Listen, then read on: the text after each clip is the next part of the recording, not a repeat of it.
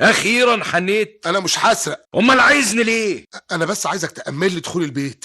عايز ادخل البيت باي طريقه ان شاء الله يا رب بطلوع المواسير. هتطلع المواسير وما تسرقش؟ انت عبيط ولا فاكرني انا اللي عبيط؟ انت مالك؟ انت ليك حقك وخلاص. اصل انا مش عايزك تستقردني. هو ده البيت؟ هو.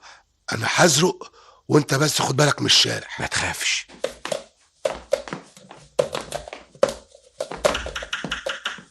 مين؟ عتريس؟ يا نهار اسود، ايه اللي جابك هنا؟ انا جاي اطمن على سيادتك. انا تقوم تدخل بالطريقه دي؟ انت مجنون؟ على قد تفكيري، ما هم ما رضيوش يدخلوني من الباب. وفاء، يحيى، ايه ده؟ بيعمل ايه هنا ده؟ انا في عرضك يا بيه. بتعمل ايه؟ بسرق يا بيه. بسرق اخر مره يا بيه. اخر مره يا كلب. اصلا يا بيه اخلص. اي حركه هضربك برصاص. تعالى. هتكسر في ايدك يا بيه. ده انا غلبان، ده انا منظر على الفاضي. اخلص. خلصت يا بيه. عاجبك كده يا استانم؟ يا يحيى، مش دي الحاله اللي كنت بتشتغل عليها؟ اتفضلي. جاي يسرقك انت. انتهز فرصه انه جه البيت وداسه ودرس مداخله ومخارجه. جاي يسرقنا. يا يحيى، ده ايه في ايه؟ حصل ايه؟ في ايه يا فندم؟ مين ده؟ ده الحرامي بتاع الهانم. اجري انت للشغالين وبوابه كتفوا الواد ده. حاضر يا فندم. ده ايوه هو اللي الهانم كانت عايزاه يبقى كويس، فانتهز الفرصه وجاي يسرقنا احنا. ايوه فعلا هو. ادخلوا تعالى اهو. يلا امسكوا الواد ده جرجروه على تحت كتفوه. انا نازل حالا نطلب البوليس. يا يحيى اسمعني. عاجبك كده؟ عاجبك ان بيتنا ينداس من الحراميه وتحقيق وبوليس وبقت شغلانه؟ يا سعادة البيه، ايه ده كمان؟ الواد ده يا بيه لقيته واقف تحت شباك اوضه النوم الكبير، لا وايه معاه حبل. قلت له بتعمل ايه يا ولد؟ جريت وراه قفشته، واللي جيت معاه غير الحبل يا بيه مفاتيح كبيره وكتيره، لا وايه حاجات ومحتاجات تخص الحراميه واللصوص. الله كملت. حطه جنب الواد ده. هات الواد ده هنا. عارف كتفوه كويس. انت وقعت. ما تخرس. اخرس ايه؟ جاي تسرق لي ناس وهم صاحيين وتلبسني الطاجن وتقول لي مش هتسرقهم؟ اخرس. بس تهانم شوفي، ايه ده؟ مين ده كمان؟ عصابه كامله جايه تسرقنا. ده كان بيساعده من تحت. معاكوا حد تاني؟ انت هو؟ ما معناش حد يا بيه، ما معناش حد. يا خبر يا حوس، مش دي حضرة الضابط؟ اخرس يالا. جاي تسرق من بيت حضرة الضابط. يا يحيى بس انا عايزه اقول لك. الو، بوليس هناك ده؟ انا الدكتور يحيى الشافعي. لو سمحتوا تبعتوا لنا حد بسرعه. ايوه حاله سرقه تلبس. لا مش شغالين. ايوه حراميه محترفين نطوا من الشباك. يا فندم؟ ايوه 11 شارع الجزيره. بالظبط. ما تاخروش من فضلك. متشكر قوي. دخلتنا النار برجلينا يا سعتريس. يحيى ممكن تسمعني بس انا عايزه اتكلم معاك، عايزه اقول لك. هنتكلم بعدين. اتفضل يا فندم. احنا اسفين للازعاج. وانتوا ذنبكم ايه؟ هم دول؟ ايوه حضرتك الظابط. غريبه قوي. في ايه؟ الساعه 11 الا تلت الواقعه دي حصلت الساعه كام؟ تقريبا الساعه 10. جايين يسرقوا الساعه 10 بالليل واصحاب الفيلا المفروض ان هم صاحيين. بجاحه. مش قلت لك واعمل لي فيتك؟ اتفضحنا وسط الحراميه. يا ابني اسكت. اخرس يا واد انت وهو. خدهم يا امين على العربيه. حاضر يا فندم. لا مؤاخذه، احنا مضطرين ان احنا نعمل محضر في الاسم، فلو سمحت سيادتك تيجي ورايا على الاسم. طبعا لازم الليله دي. طبعا يا فندم. حاضر امرنا لله. ادخل يا عادي انت وهو غور. مساء الخير على الجدعان. دول الجدعان دول قاع المجتمع. يا عم صاهم بقى، ما تعمليش فيها مقعر. الله، ايه اللغه اللي بتكلمني بيها دي؟ ده ذكي حرام الغسيل. حرام الغسيل بيشد شعره يا سيدي الهجامين. معقوله عتريس الحرام القراري يودينا نسرق واصحاب البيت صاحيين ومنورين؟ كنت فاكر ان معاك طاقية لخفه ولا ايه؟ انا ما كنتش رايح اسرق، ما انا قلت لك اهبل. اذا كنت انت اعترفت انك رايح تسرق، حرامي نط على البيت من المواسير يبقى بيعمل ايه؟ داخل سيما مرانده؟ يا ابني انا كان لازم اعمل كده، لاني كان لازم ارد الجميل. بعد ما طلعت حسيت اني غلطت، لكن اعمل ايه؟ اتصرفت كده على قد تفكيري، على قد ما اعرف. لما دخل عليا البيه قلت المنظر مش هو، الراجل هيقول ايه؟ ربنا الهمني. انت بتقول ايه يا ابني؟ انا مش فاهم حاجه. ولا هتفهم. على فكره اخت نوره كان عندها حق، الست الظابط لخبطت لك دماغك. تكونش لما لخبطت لك دماغك رحت تسرقها؟ يا خبر احوس على الغباوه، عليا النعمه انت اغبى مخلوق شفته في حياتي يا زكي. هتشتم كمان؟ مش كفايه حبستني معاك اوانطه بلوشي؟ هتسبل لي عينيك وتعمل لي فيها مظلوم ولا ايه؟ يالا امال لو ما كانتش الخلق اللي زيك دي تتحبس، مين اللي هيتحبس؟ حرام الغسيل. طب اسكت بلا حرام الغسيل بلا غيره. لكن الحاجه اللي ملخبطاني، انا شفت ام الست حضره الظابط دي فين؟ انت يا ابني عايز تتلزق فيهم. انا شفتها كويس قبل كده، لكن فين مش عارف فين. اخ، الله يمسيكي بالخير يا نوره، كل كلامك كان مظبوط، انت فعلا اتلخبطت. نوره اللي كلامها مظبوط؟ اختك دي ما تسويش حاجه. يالا طب ما تلبخش فيها بقى، لان هي اللي هتنفعنا. مين اللي هيجيب لنا العيش والحلاوه في الحجز ده غيرها؟ نام يالا نام، اتخمد. اول مره في حياتي اتحجز واتحبس وما ازعلش، واقول كل يهون علشان حضره الملازم اول وفاء. يا بنتي كلام ايه اللي بتقوليه ده؟ انت لسه هتتكلمي؟ مش ممكن يكون جاي يسرق. ازاي يعني؟ مش ظبطوه وهو بينط على المواسير؟ يا ماما يحيى ظبطه في الأوضة. مش نط على المواسير؟ أيوة. وكان في واد حرامي تاني واقف له بحبال؟ أيوة. طب تبقي انت ظابط بقى؟ ما هو علشان أنا ظابط بقولك إنه ما كانش جاي يسرق. إيه اللي جاي يسرق؟ ينقر لي على شباك البلكونة عشان أنا اللي أفتح له. ينقر لك؟ أيوة يا ماما. كلام ايه اللي بتقوليه ده؟ بقولك هو ده اللي حصل. حبيبتي دي لخبطه. الكلام اللي انت بتقوليه ده يسيء لك كتير. لما هو مش جاي يسرق، جاي ليه يا وفاء؟ يا وفاء يا حبيبتي، ايه اللي جرالك؟ جاي يشوفني يا ماما، بس بطريقته غلط، لكن تفكيره كده. بس اوعي يا حبيبتي تقولي كده. انا طبعا عارفه ان نيتك سليمه، لكن الكلام ده مش كويس علشانك يا حبيبتي. الكلام ده يا حبيبتي لو حد سمعه يسيء الظن بيك يا ماما. فيا وفاء انسي الكلام ده خالص، ده حرامي ولازم ياخد جزاءه. يا ماما يا وفاء يا حبيبتي، الكلام ده لو سمعه جوزك بقى هيطلقك. ما هو علشان كده الواد ضحى بنفسه عشاني. وفاء دلوقتي حالا بس حسيت ان انا غلطت غلطه واحده في تربيتك. غلطتي في ايه يا ماما؟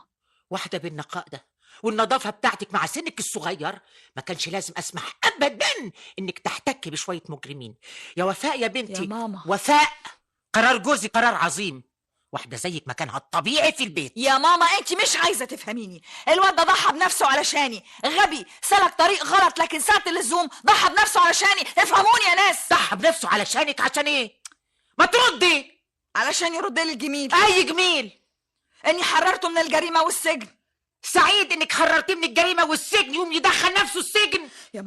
يا ماما ارجوكي يا وفاء شوفي بقى يا وفاء، كلام بتاعك ده لو لاني عارفاكي كويس قوي كان يبقى لي كلام تاني معاكي. كلام ايه يا ماما؟ ده واد. وفاء ما تنسيش انك ست.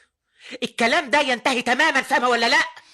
الولد المجرم ده بالذات اوعي اسمعك تجيبي سيرته. مجرد تجيبي سيره الولد عتريس ده بالذات. ايه عتريس؟ هو مش اسمه عتريس؟ ايوه، بس غريب ان حضرتك فاكره اسمه قوي لغايه دلوقتي. يعني هفتكر الامله. الولد ده بالذات بقى سيرته تنقطع نهائيا.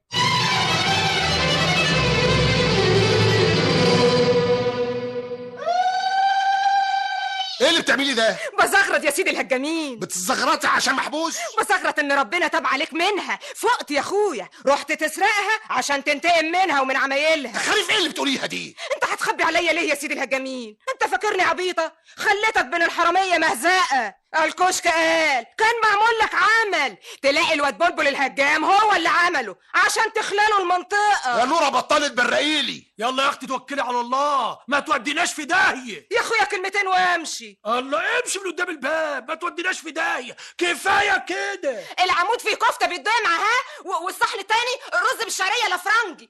كله اكل يا اخويا معاك يا عتريس. برضه بتبرقلي؟ ما تبرقليش يا نوره. يحيى فندم، انت برضه مش عايز تكلمني؟ كلمك اقول لك ايه؟ يحيى انا ماليش ذنب في اللي حصل. لو سمعت كلامي من الاول ما كانتش حاجه من دي حصلت خالص. شاف المرمطه شويه عليا انا اشوف مراتي في المواضيع دي منتظره من الحرامي صايع ايه؟ عايزه تروضيه؟ عايزه تقلمي له مخالبه؟ طب والاجرام المتاصل فيه هتعملي فيه ايه يا استهانه؟ يا يحيى عاجبك الدوشه اللي احنا فيها دي؟ بوليس ونيابه ومعاينه وحراسه ومباحث كده يا وفاء كده؟ خلاص يا يحيى، اللي انت عايزه انا هعمله. تستقيلي؟ حاضر يا يحيى، انا هستقيل كده كويس. هبتدي من بكره اسلمهم العهده والاوراق واخلي طرفي وهقدم استقالتي. اخيرا. خلاص بقى يا يحيى، خلاص. الحمد لله على السلامه يا حضره الضابط. الله يسلمك يا محمود. افتح الاوضه من فضلك. اتفضلي يا فندم. الواد عتريس هاتهولي من الحجز بالكلبشات. حاضر يا فندم. المحجوز يا فندم. سيبه واقفل الباب انت. تمام يا فندم. انا اسف يا فندم. انا في منتهى الاسف على اللي حصل، بس الحقيقه غصب عني قلقت على حضرتك، قلت اجي اشوفك حرامي بقى وبفكر تفكير حراميه. عملت لحضرتك قلق وعملت قلق للباشا جوز حضرتك والوالده حضرتك. انا مش عارفه اقول لك ايه. مش والده حضرتك دي برضه يا فندم؟ ايوه والدتي. انا ام اكرم على فكره. انا شفتها عندنا. عندكم فين؟ في بيتنا. في بيتكم؟ في بيتكم؟ ايوه في بيتنا، بس من زمان، من زمان قوي. ايام ما كان عندنا بيت. انت متأكد؟ الا متاكد يا حضره الظابط. انا قعدت افكر لحد ما افتكرت. وبعدين في حاجات ما بتتمحيش ابدا من مخ الانسان. صحيح كان عندي 13 سنه ونص، 14 سنه، لكن اللي حصل فاكره زي ما يكون امبارح. طب وايه اللي هيجيب والدتي عندكم؟ يمكن من باب العطف. اصلها لا مؤاخذه جت بعد امي ما دخلت السجن على طول. كانت زعلانه قوي ومقهوره قوي. ليه؟ الظاهر كانت صعبانه عليها امي يا ولداه. طب وكانت تعرف والدتك منين؟ مش عارف كانت تعرفها ولا ما تعرفهاش. غالبا كانت تعرفها لانها كانت مقهوره عليها قوي. معقوله حد يتقهر على حد من غير ما يعرفه؟ صحيح والدة حضرتك غنيه وفوق فوق وش جاب لي جاب، لكن الظاهر انها ست طيبه زياده عن اللزوم ومتواضعه زياده عن اللزوم عشان تيجي تزورنا في البيت وتدينا فلوس. حاجه زياده عن اللزوم قوي يا استاذ. والفلوس دي نفعتكم وفرحتكم؟ هي نفعتنا بس ما فرحتناش. ازاي؟ لاننا اتلخمنا في البيت اللي تحت، اصغر اخواتي. بنت صغيره قوي اسمها وفاء، كانت اخر طعامه حلوه. دورنا عليها قلبنا الدنيا ما لقيناهاش. على فكرة انت ما قلتليش اسم والدتك ايه؟ اسمها حسنيه. حسنية ايه؟ حسنيه ايه؟ وانا مش عرفني. انا عارف اسم ابويا وعيلته لانه لازق في اسمي، لكن اسم امي بالكامل ما اعرفوش. اهي حسنيه وخلاص. واختك اللي تاهت اسمها؟ يا ست هانم اللي تاه واللي راح. انا لما بفتكر بتلخبط. اللي راح بقى. وبعدين يا عتريس؟ وبعدين في ايه يا حظابتي؟ وبعدين في الورطة اللي انت حطيت نفسك فيها دي. ولا ورطة ولا حاجة. شوفي حضرتك خديها مني كلمة حكمة. اللي جاي مش هيبقى اوحش من اللي فات. يعني انا شفت غلب كتير، مانيش خايف من اللي جاي. انا يكفيني ان حضرتك عرفت تعيشيني فترة من حياتي نظيف وسعيد. اللي يجيبه ربنا بعد كده كله كويس. 2 3 سجن مش حاجة. بس انت ما كنتش جاي تسرق يا عتريس. فداك يا ست الكل. كده احسن من ان شعرة من راس سعادتك تتمس بسوق. طب روح دلوقتي يا عتريس وبعدين هنشوف. ما تشغليش بالك، انا كده فل وما تحمليش همي. السجن واخد مني رقات بناقص رقه. يا محمود. افندم يا حضره الظابط. رجع عتريس الحجز. تمام يا فندم. عملت ايه يا وفاء؟ كل خير. انا بتكلم عن الاستقاله.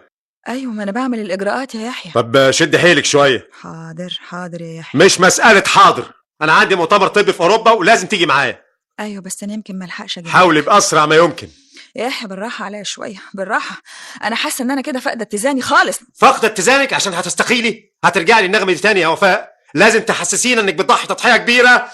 انت بتفهمني غلط. صدقني يا يحيى انا خلاص مش هشتغل، بس عايزه اصفي اي مشاكل عملتها. مش عايزه امشي وانا سايبه جروح لناس. انا مش فاهم اي حاجه.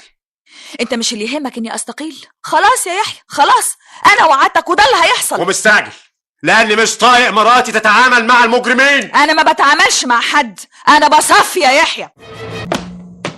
القهوه استنى. متشكره يا عم عارف. يا حبيبتي هتشربي قهوه بالليل كده؟ ده 3 فنجان يا استنى. كمان؟ معلش يا ماما ما يجراش حاجه. ليمون سيادتك استنى. ميرسي يا عارف. ماما. نعم يا روحي. انت تعرفي واحده ست اسمها حسنيه؟ افندم؟ واحده ست اسمها حسنيه. مالها؟ تعرفيها؟ هعرفها منين؟ مين دي؟ بتاعت ايه؟ هي ست غلبانه، ام الولد اللي اسمه عتريس. وهعرفها منين يا بنتي؟ اصل عتريس قال لي انه شاف حضرتك في بيتهم. هو انا بروح في حته من غير ما تعرفي يا بنتي؟ لا يا ماما مش دلوقتي، ده زمان زمان قوي. هو انا يا حبيبتي ايه اللي هيوديني في حتت زي دي؟ ضروري عتريس تبقى امه اسمها ام عتريس، وانا ما اعرفش امهات عتريس. يعني حضرتك ما روحتيش خالص؟ لا يا بنتي، ما قلتلك ايه اللي هيوديني حتت زي دي؟ لازم عتريس بقى اختلط عليه الامر. شوفي يا ماما، في ناس يا حبيبتي بيبقوا عايزين يفتخروا ويكبروا نفسهم، فيقولوا ايه؟ ان الست الفلانيه هانم جات لنا، او احنا نعرف البيل الفلاني وهكذا. عارفه يا حبيبتي؟ معاكي حق يا ماما، معاكي حق. طيب يلا يا روحي، ومستعدي علشان زمان الضيوف اللي عازمهم جوزك جايين. يلا. ايه الحكايه يا وفاء؟ حكايه ايه؟ انت ما كلمتيش كلمه واحده مع الضيوف. اصل يا يحيى. اصل ايه؟ انا كنت قاعد مكسوف يا وفاء. يقولوا ايه؟ مالكيش رغبه تعزميهم او جايين غصب عنك؟ مين اللي قال كده؟ تصرفاتك يا وفاء. يا وفاء احنا عايشين في مجتمع وبين ناس، وواجب مجاملتهم، يعني يلاقيني ولا تغديني. انا اسفه يا يحيى، اسفه خالص، بس الظاهر ان انا تعبانه شويه. انا خايف لا تكوني زعلانه. هزعل من ايه؟ انا مش زعلانه ولا حاجه. سعيد يا عم محمود، بعد ما تمضي حضره الضابط عايزاك. حضرة الظابط مين؟ حضره الضابط وفاء. عايزاني انا؟ ايوه يا صقر.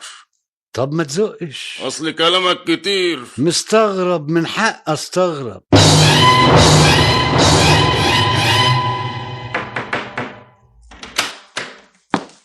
سعيدة يا حضرة الملازم أول، حضرتك طلباني، عايزاني. تعالى اتفضل اقعد. ده ايه النور ده؟ قول لي من فضلك، انت تعرف والدي منين؟ ده ايه الرضا ده؟ بسألك تعرف والدي منين؟ هو الحقيقة أنا معرفش بابا. ما تعرفوش؟ الكدب خيبة، خايف تسأليني سؤال تاني معرفش أجاوب. احنا مش قابلناك وفهمت انك أنا أعرف الوالدة. نعم. كان في بينا ومن بعض عمل. عمل ايه اللي بينك وبينها؟ شغل، بيزنس. غريبة. ليه، هو البيزنس بطال لا سمح الله؟ لا ابدا، مين اللي قال كده؟ يا أهلا وسهلا. في حاجة قلقة حضرتك؟ لا مفيش حاجة.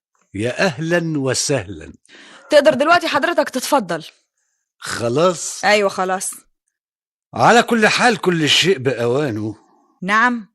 بقول يعني لما يكون عند حضرتك طبخة تسيبيها يواش يواش عشان تستوي. انا مش فاهمة حاجة.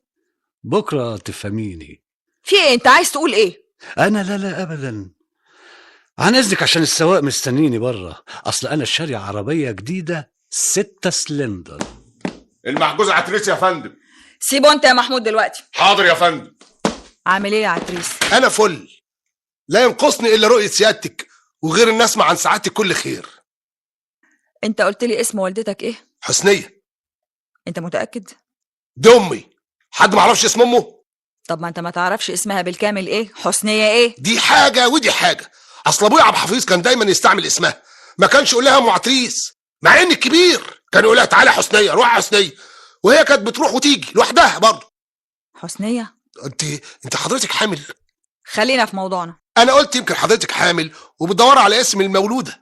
هو حسنية اسم حلو برضه يعني. يا محمود. يا فندم. رجع عتريس الحجز تاني وانا ماشية دلوقتي. مع السلامة يا فندم. مع السلامة يا فندم، مع الف سلامة. قدامي يا اخوي، كل شوية هات عتريس من الحجز، رجع عتريس في الحجز. بتقول ايه يا محمود؟ انت تخلص يا محجوز. اهلا وسهلا بحضرة الزميلة. اهلا بيك. لكن حضرتك ما تعرفيش اسمها ايه بالظبط؟ لا انا ما اعرفش غير ان اسمها حسنية بس، وقضيتها قضية مخدرات. انا قدامي الكشوفات اهي، الحقيقة في كذا حسنية. انا اصلي بعمل بحث مهم جدا زي ما هو واضح عند حضرتك في التصريح، ويا ريت تساعدني في اني اعثر في الست المقصودة. ده انا عندي هنا كمان اكتر من حسنية ماتوا، ما هو الزمن طويل بقى. زي ما فهمت من حضرتك تقريبا اكتر من 16 سنة. على كل حال احنا هنحاول ويمكن نعثر عليها، وانا بشوية المعلومات اللي عندي هقدر اعرفها. بس دي مسألة متعبة قوي بالنسبة لك. معلش، البحث ده بالنسبة لي حياة او موت. ياه، للدرجة دي؟ خلاص هجيبهم لك واحدة واحدة. يا ست حسنية، انت عندك كام عيل؟ عندي 3 عيال، جوزي هو اللي بيربيهم دلوقتي. طيب وقضيتك ايه؟ انا بشتغل عالضيق، ولاد الحلال هم اللي فتنوا للحكومة، معلش علقة تفوت. قولي لي يا ست حسنية، انت جوزك طفش قبل ما تدخلي السجن؟ هو انا اتجوزت عشان يطفش؟ ما اتجوزتيش خالص؟ كنت هتجوز واد قمر بس طلع مقلب. ليه؟ شايلني شنطة من بيروت، قال لي دي فيها دواء، طلع فيها مخدرات وخدت مؤبد، واتجوز بنت جارتهم. تعرفيها؟ اعرفها منين؟ انت من الملاحات؟ ملاحات ايه؟ انا حسنية ملكة الحاضرة، انا عندي هناك 3 عمارات باسمي. انت كنتي متجوزة؟ طبعا متجوزة، ده انا متجوزة لا مؤاخذة وانا عندي 16 سنة. قولي لي يا حضرة الضابط. ايوه. انتوا بتقفشوا اللي اسمهم حسنية؟ مش فاهمة. يعني اللي اسمهم حسنية دول عملوا حاجة؟ لا لا لا لا لا، انا الحقيقة بدور على واحدة كان عندها 12 او 13 عيل وهي من الملاحات. عرفتها، ما تقولوا كده من الصبح. قصدك حسنية؟ ما كلكم اسمكم حسنية. لا، دي الست حسنية المظلومة. مظلومة؟ احنا جينا لقيناها، دي ست طيبة قوي وما فيش على لسانها الا انها مظلومة، ودايما ترفع راسها للسما وتدعي. غالبا هي. حتى جوزها هرب. ايوه هي. انتوا لو قلتوا كده من بدري اي واحدة في عنبر المخدرات او في السجن كله تدلك عليها. دي ست ولا كل الستات. ايوه اشوفها. تعالي يا ستي، اتفضلي. انتي حسنية؟ ايوه انا حسنية احمد فرحان. انتي من الملاحات؟ ايوه. جوزك اسمه ايه؟ اسمه عبد الحفيظ، الله يمسيه بالخير ان كان عايش ويرحمه ان كان ميت. عندك ابن اسمه عدريس؟ عندي عتريس وعندي زينب وعندي علي وعندي قطب وعندي وفاء وعندي وفاء. إن كانت عايشة زمانها بقت عروسة قد حضرتك. قدي أنا؟ لا مؤاخذة. لا أبدا ما فيش حاجة. قوليلي انتي دخلتي السجن ليه؟ دي حكاية طويلة وقديمة قوي، سنين طويلة وفاتت نهايته. ربنا كبير. ونعم بالله يا بنتي. لا مؤاخذة، كلمة يا بنتي دي ماسكة بقي. لا أبدا ما فيش حاجة، خدي راحتك. برضو حضرتك ظابط وضروري بتبصيلي على إني مجرمة. 18 سنة لحد دلوقتي بين 4 حيطان، لا أعرف عن جوزي حاجة ولا أعرف عن ولادي حاجة، وأنا كبرت قوي وتعبت قوي. ولادك كانوا 12؟ لا 11. وإيه اللي دخلك السجن؟ ما أنا بقول لحضرتك دي حكاية طويلة. مخدرات؟ ولا عمري أعرفها ولا عمري شفتها. يعني مظلومة؟ منها لله. مين دي؟ كوثر. كوثر؟ أيوة، واحدة اسمها كوثر، منها لله، زمان ربنا انتقم منها. اسمها كوثر ايه؟ كوثر أنور الطايع. انت متأكدة من الاسم ده؟ حد ينسى جلاده يا بنتي. أنا الست دي لو كنت شفتيها تقولي ملاك نازل من السماء. كانت بتعطف عليا وعلى أولادي. زعلت قوي يوم ما جوزي اختفى. أتاري كل ده عشان كانت مخبية لي تهمة.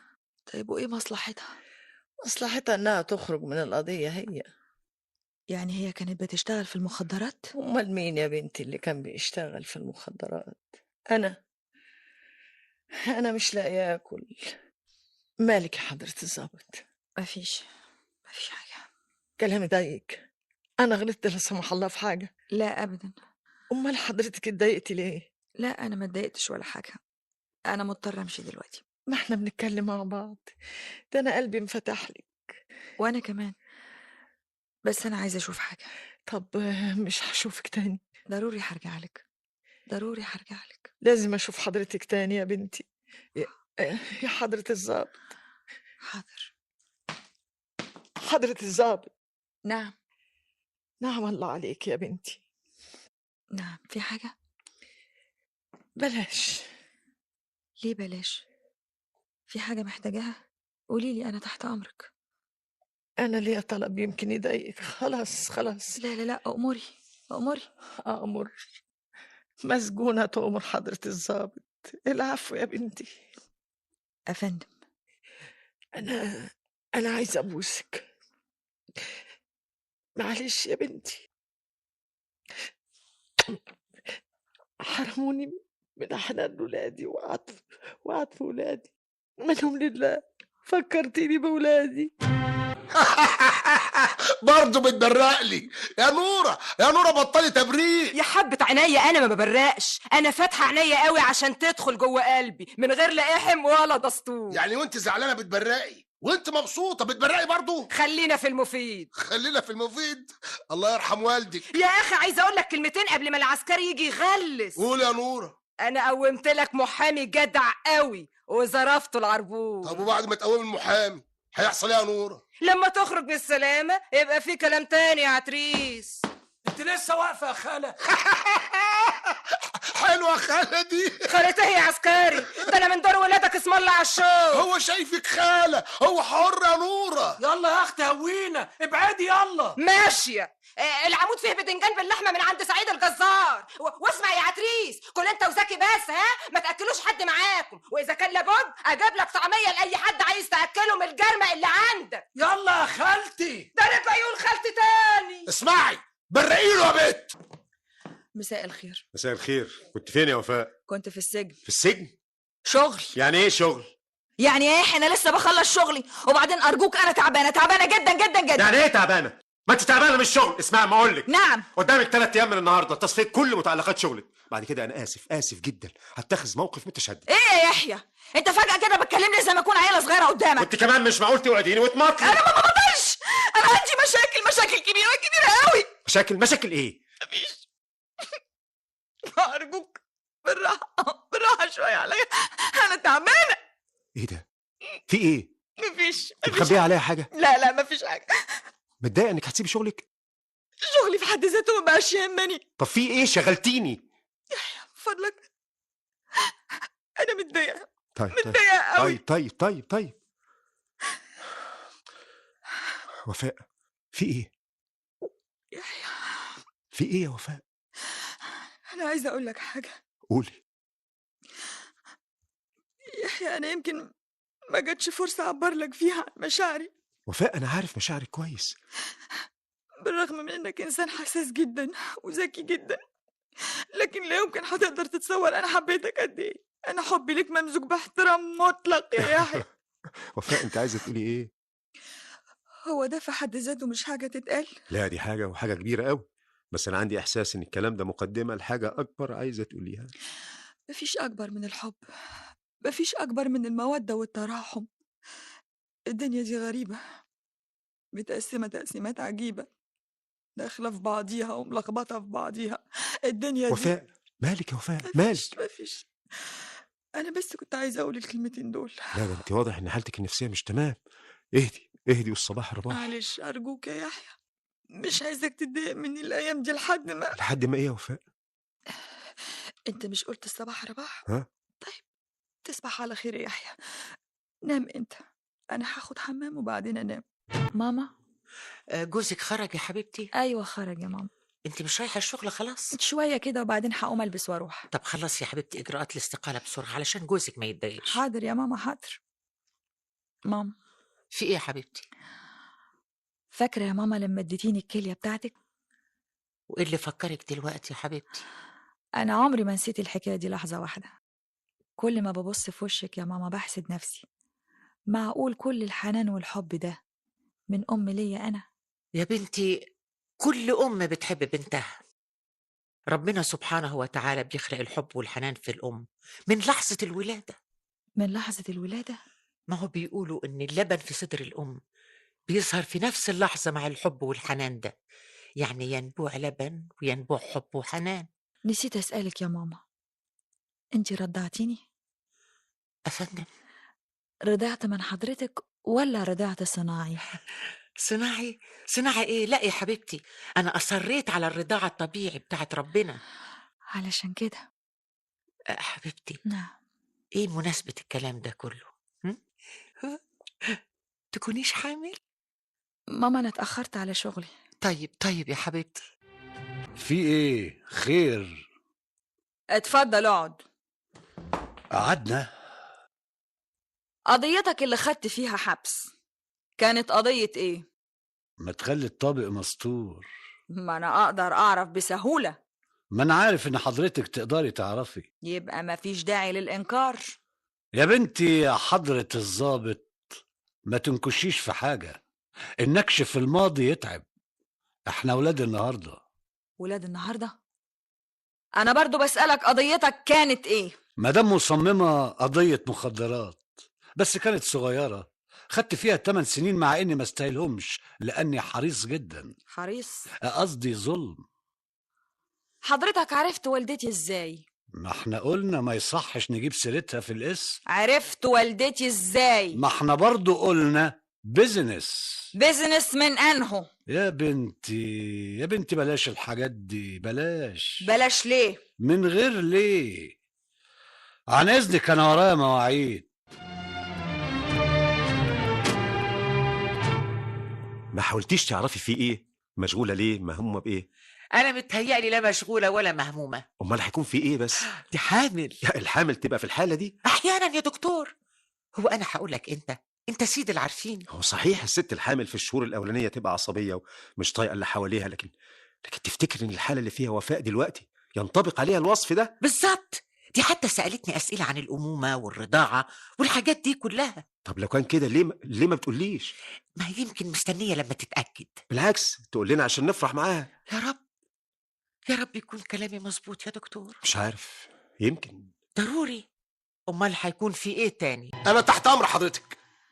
لما أختك الصغيرة تاهت يا عتريس دورتوا عليها؟ دورنا عليها فين؟ هو اللي بيروح بيرجع، ومع ذلك اخواتي داخوا عليها وما لقيناهاش. غريبة. ايه اللي شغل حضرتك؟ لا مفيش حاجة. طب حضرتك عايزه حاجه تاني؟ لا لا أبدا. ارجع الحجز؟ أيوة ترجع الحجز. يا محمود يا فندم اسحبني على الحجز يا محمود. اسحبه يا فندم. أيوة. ما انا قلت لك يا محمود. الليمون يا استهانم. عم عارف، افندم استهانم. انت شفت والدي؟ طبعا استهانم. كان راجل طيب قوي. مات وانا صغيرة قوي. ها يا استهانم. في حاجه؟ لا ابدا، بس مش عارفة ليه هف عليا. ربنا يديك طول العمر ويخلي لك والدتك ويخلي لك سعاده البيه الدكتور. شاكرة يا عم عارف. الله، على فين استهانم؟ انا رايحة مشوار صغير. ولما الهانم تسال على سيادتك قول لها اني جاية مش هتأخر. احنا الشغل علينا كتير والهم كتير يا حضرة الضابط. الله يكون في عونكم. مكتب الصحة ده شغله كتير وتقيل، وخصوصا مكتبنا ده مواليد كتيرة قوي، غير الوفيات، غير الشهادات المرضية، غير ربنا يكون في عونكم، ربنا يكون معاكم. بس ممكن حضرتك تدور؟ ما احنا بندور اهو، دفاتر قديمة لكن احنا بنحافظوا عليها. اصل روح البلد كلها في الدفاتر دي. نبيل المشتناوي هو قريب حضرتك؟ ده والدي. مات بقى وحضرتك صغيرة قوي، عشان كده نبيل المشتناوي اهو يا ست. نبيل المشتناوي. ايوه وريني كده التاريخ. اتفضلي. وريني الدفتر كله اهو. وريني. خبر، والدي مات قبل ما اتولد ب4 سنين.